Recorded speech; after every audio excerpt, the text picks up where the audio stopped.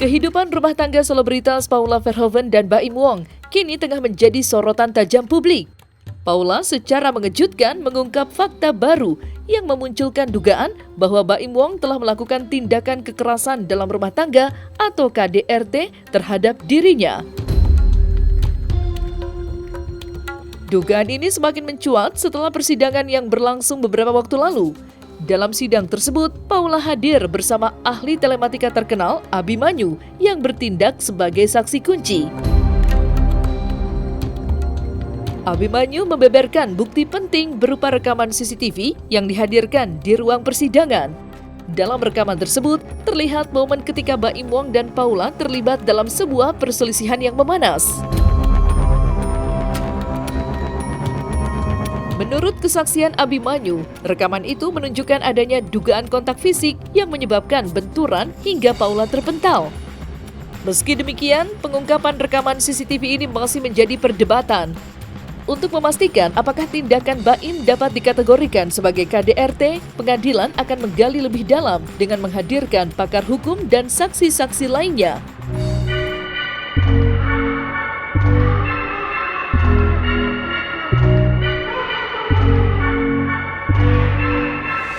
Wanita ya diam aja, kayak pasrah aja, ngomong tenang, tetapi yang ini yang agak keras karena diam aja mungkin jadi ada membuat yang prianya jadi pengen intens untuk berinteraksi dengan yang wanitanya untuk ngomong gitu ya, minta respon sampai kemudian terjadi kontak tubuh ya secara keras. Silahkan diterjemahkan, kalau saya bahasanya bahasa telematika ya, ada semacam pertikaian antara kedua belah pihak, kemudian ya karena saling silang pendapat atas sesuatu, nanti yang bersangkutan mungkin bisa menjelaskan, nah sesuatu tersebut kemudian menjadi pokok pembicaraan yang jadi keras sehingga membuat salah satu pihak sangat marah. Sekarang apakah itu termasuk kriteria KDRT atau bukan, silakan itu secara pakar hukum nanti yang menilai ya, tetapi kalau di bahasa telematika kita ngelihat dari suatunya bukti suatu kontak keras ya di CCTV bukti keras ya, benturan dan benar-benar memang terkena sampai yang satunya waktu udah dihajar gitu sampai terpental karena terjadinya dari sisi kanannya di sisi kanannya yang kamera ya, jadi apa yang dilakukan sebenarnya di sini, apa yang dilakukan itu nggak ketahuan jelas, tetapi yang pasti gerakan tersebut itu suatu kekerasan kepada kepala yang wanita karena seiring dengan gerakan tangan yang pria, kepala si wanita juga terdorong ke depan. Ada juga gerakan yang sama dengan kepala yang pria itu seperti kayak gitu, tetapi tidak terkena. Jadi kalau secara digital apabila tidak terkena ya kita bisa lihat itu tidak terkena. Apa yang membuat Paula tidak puas akhirnya menangis nih Bang? Ya mungkin teman-teman perempuan paham lah soal itu. Apa yang terjadi ya kita harus bertanggungjawabkan aja. Mau itu salah atau nggak benar, kalau saya nggak bisa ngejudge.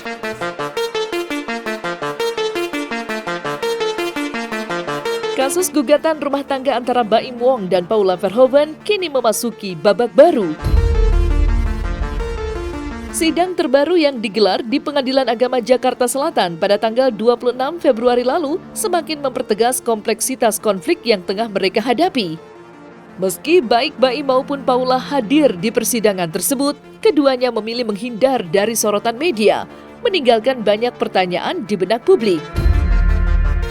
Agenda sidang kali ini adalah pemeriksaan saksi yang diajukan oleh pihak Paula Verhoeven. Dalam upayanya untuk memperkuat dugaan kekerasan dalam rumah tangga atau KDRT, Paula menghadirkan 3 saksi ahli, yaitu seorang ahli forensik, dokter anak, dan ahli digital forensik atau IT. Ketiga saksi ini akan memberikan keterangan yang relevan terkait kasus tersebut, termasuk menganalisis bukti-bukti yang diajukan dalam persidangan.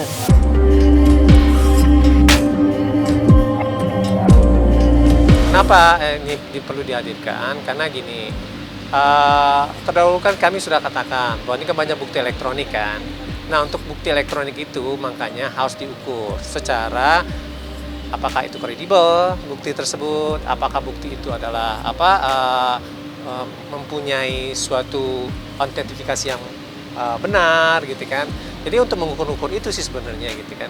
Nah, oleh sebab itu makanya kami ingin datangkan gitu kan, karena kami itu mengatakan kalau bukti-bukti tanpa adanya pembanding itu tidak kredibel atau tidak valid. Gitu. Nah, kalau penglihatan kami itu tidak ada kontak fisik, tapi bahwa itu ada percakapan yang serius ada. Tapi kalau kontak fisik, menurut penglihatan kami ya di dalam tadi tidak ada. Nggak ada, itu berlebihan.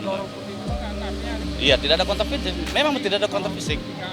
Kami melihat dalam fakta persidangan itu tidak ada yang terpental gitu. Nah, kalau ada kesimpulan terpental ya itu terserahlah mereka, bagian mereka, karena mereka yang ngajuin ahli, mereka yang bilang terpental. Tapi kalau kami lihat tidak ada yang terpental begini, nggak ada. Lainnya seperti bulan-bulan Ramadan sebelumnya yang insya Allah memang di bulan ini, di bulan bagus, insya Allah kita lakukan sesuatu hal-hal yang positif aja. Insya Allah kan karena di bulan Ramadan kan pahalanya berlipat-lipat ya, insya Allah gitu. Kalau untuk anak-anak gimana nih? Mudah itu duluan ya Mbak, maaf ya, makasih ya. Untuk persidangan gimana Kakak?